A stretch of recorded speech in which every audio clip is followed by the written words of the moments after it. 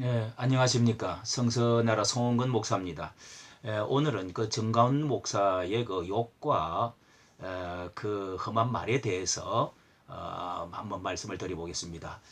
그 매스컴에서 지난 10월 달에 그 있었던 이야기 중에서 그 JTBC가 발표를 했나요? 아주 무리를 굉장한데요. 웃으면서 농담하다가 그 강조하다가 하나님의 이름을 그 모독했다는 말입니다. 그래서 하나님의 보좌를 내가 붙들고 있기 때문에 내게 하나님은 꼼짝을 못한다. 그래서 나한테는 하나님도 죽는다. 이런 그 저 말이 그대로 들으면 신성 모독의 말도 될 수가 있죠. 말의 실수보다는 그 내용을 우리는 잘 알아야 됩니다. 또 옛날에 그 생명책에서 이름을 지워버리겠다. 그리고 헌금 시간이 기쁜 시간이다. 헌금 시간은 기쁘다는 말은 우리가 흔히 많이 쓰는 것이죠. 그 믿는 자나 불신자나 잘못 들으면은 오해 곡해하면은 아주 이제 문제가 될 수도 있는 말입니다. 지난날에도 역시 그 빤서 그 무리와 같은 그런 비슷한 것인데요. 또 애국 집회에서 뭐 성녀들이 나와서 할렐루야 아멘 했는데 웃었다. 이런 것이 그 종교 혼합주의의 사람이 아닌가 이렇게 말하는 사람이 있습니다. 그렇게 해서 결국은 경찰서에서 기소를 하고 애국 출국을 금지하고 내란 선동죄로 지금 이렇게 하겠다 이렇게 하고 있는 중입니다. 사실 이런 문제가 어제 오늘의 문제가 아니고 웬만한 그 국민들과 또 이 크리스찬 안에서도 아는 사람은 다 알고 있죠.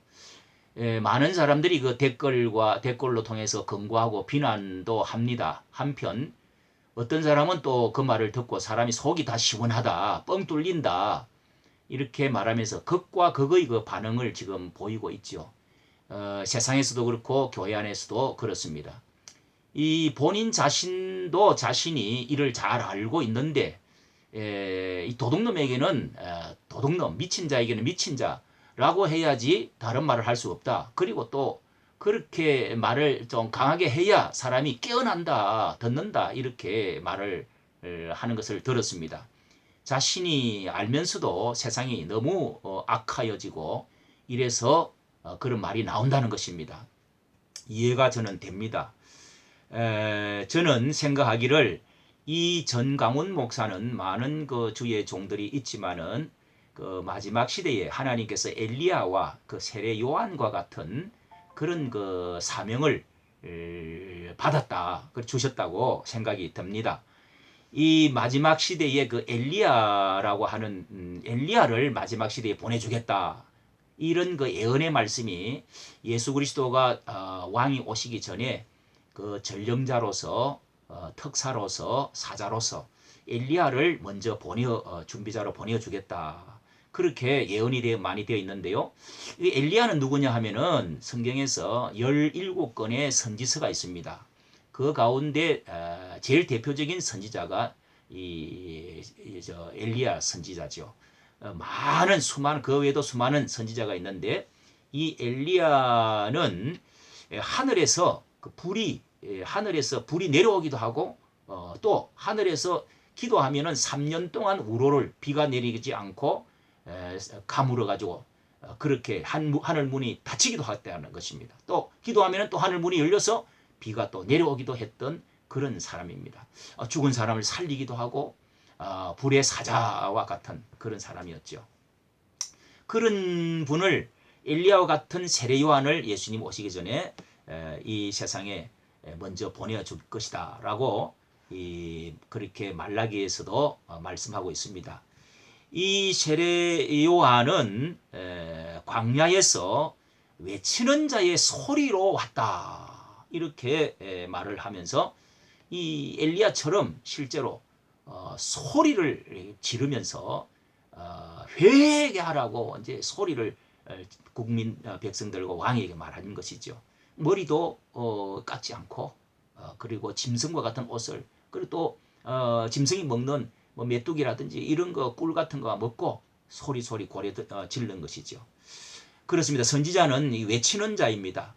그리고 또 왕의 길을 마련하기 위해서 이 골짜기는 낮은 골짜기는 또 메워지고 높은 산은 낮추어져서 왕의 대로를 마련하고 준비해라. 왕이 행차하신다. 이런 말을 한 것입니다. 그리고 나는 그리스도가 아니고 그리스도의 종으로서 신발을 들고 따라다니기도 부족하다. 나는 쇠하여야 되겠고 내 뒤에 오시는 주는 흥하여야 된다. 이렇게 말했습니다.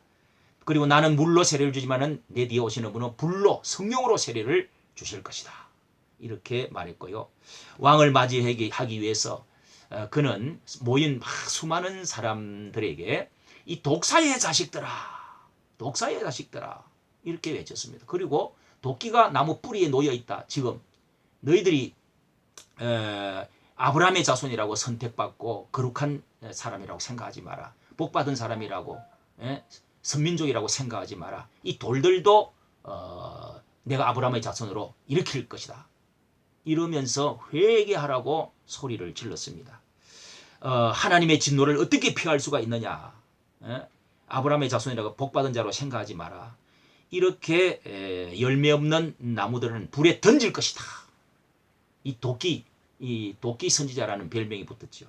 그래서 세례 요한은 결국은 왕의 그 부정을 고발하고 소리 지르다가 결국은 목이 참수를 당해서 잘려서 소반에 담겨져서 제물로 순교해서 죽은 그런 사람입니다. 여러분 사실 정강훈 목사 같은 경우는 이 나라의 그 대통령과 주사파 이런 거 그리고 공산주의의 그 악령 적그리스도의 편에 선 것을 나라가 무너지는 것을 이런 것을 보면서 너무도 가슴이 답답하고 아파서 책망하는 것이죠. 이것은 성경적이고 애국하는 것입니다. 애국자로서의 당연한 것이고 주의 종으로서 당연한 것입니다. 성경에서도 선지자 역할을 받은 주의 종들은 예수님도요. 뱀들아 독사의 자식들아 이 얼마나 센 말입니까? 저 여우에게로 가서 말해라. 이런 말도 왕에게 그렇게 했어요. 그리고 베드로도 아주 성질이 급한 사도인데 이 개들아 개처럼 토한 것을 도로 먹고 이 돼지들아 돼지처럼 씻었던 것을 도로 또 덜어눕고 하지 마라. 그리고 이사야 선지자도 그랬습니다. 소도 제 주인을 알고 이 낙이 말도 구유를 알건만은 내 이 종자들은 모른다고 이러면서 행악한 종자들아 이렇게 외쳤어요. 오늘 이 세례 요한의 사역 본질이 무엇인지 이 독사의 자식들아 한마디만 가지고 우리가 무슨 평가를 다 할 수는 안 됩니다. 이 전 목사는 35년의 그 메시지와 목회 그리고 애국운동 이 전체 흐름과 본질 중심을 알아야지 이 한 가지 두 가지 말 꼬투리를 잡고 하는 것은 성경적이 아닙니다. 우리가 부모님이 야단을 했다고 해서 욕을 하고 소리쳤다고 해서 그 집을 뛰쳐나가고 하는 것은 잘못이죠. 반항하는 건 잘못이죠. 진정한 자식과 같은 피가 아니라고 할 수 있죠. 하나님께서는 분명히 그분의 희생과 열정 그리고 복음 선교 이런 것을 하나님은 사랑하고 계신다는 것을 알아야 합니다. 정강훈 목사는 이 시대에 정말 선지자의 성령을 받은 사람입니다. 물론 지금은 선지자가 제사장, 선지자 이런 사람은 그런 직임은 없지만은 그 직분 그것은 지금도 내려오고 있다고 봐야 됩니다. 우리 그리스도께서도 그렇지만은 그리스도를 믿는 우리 신자들에게도 그런 기름 부음의 사역이 주어져 있는 것입니다. 외쳐야 되지요. 주의 종들이 이런 사역을 감당해야 됩니다. 이런 용기 있는 주의 충성스러운 종들을 귀하게 여기고 또 길을 열고 회개하고 순종하고 협조하고 따를 것이냐 아니면은 길을 막고 욕하고 핍박하고 그렇게 해야 될 것이냐 이것은 여러분들의 우리들의 몫이라고 생각합니다. 베드로전서 2장 7절에 6절에도 말씀을 보면은 예수님도 믿는 사람에게는 보배이지만은 또 믿지 아니하는 자들에게는 건축자들의 버린 돌이 되었다. 예? 그리고 부딪히는 돌이 되었다. 이런 말씀이 있습니다. 보배롭게 생각하느냐, 거치는 돌로 생각하느냐, 이것은 우리의 선택에 달린 것입니다. 오늘 같은 영을 받고 우리가 오늘 이 시대를 보면서 우리 같이 협조하고 또 이해하고 협력하는 그런 사람이 되기를 바랍니다. 대단히 감사합니다. 안녕히 계십시오.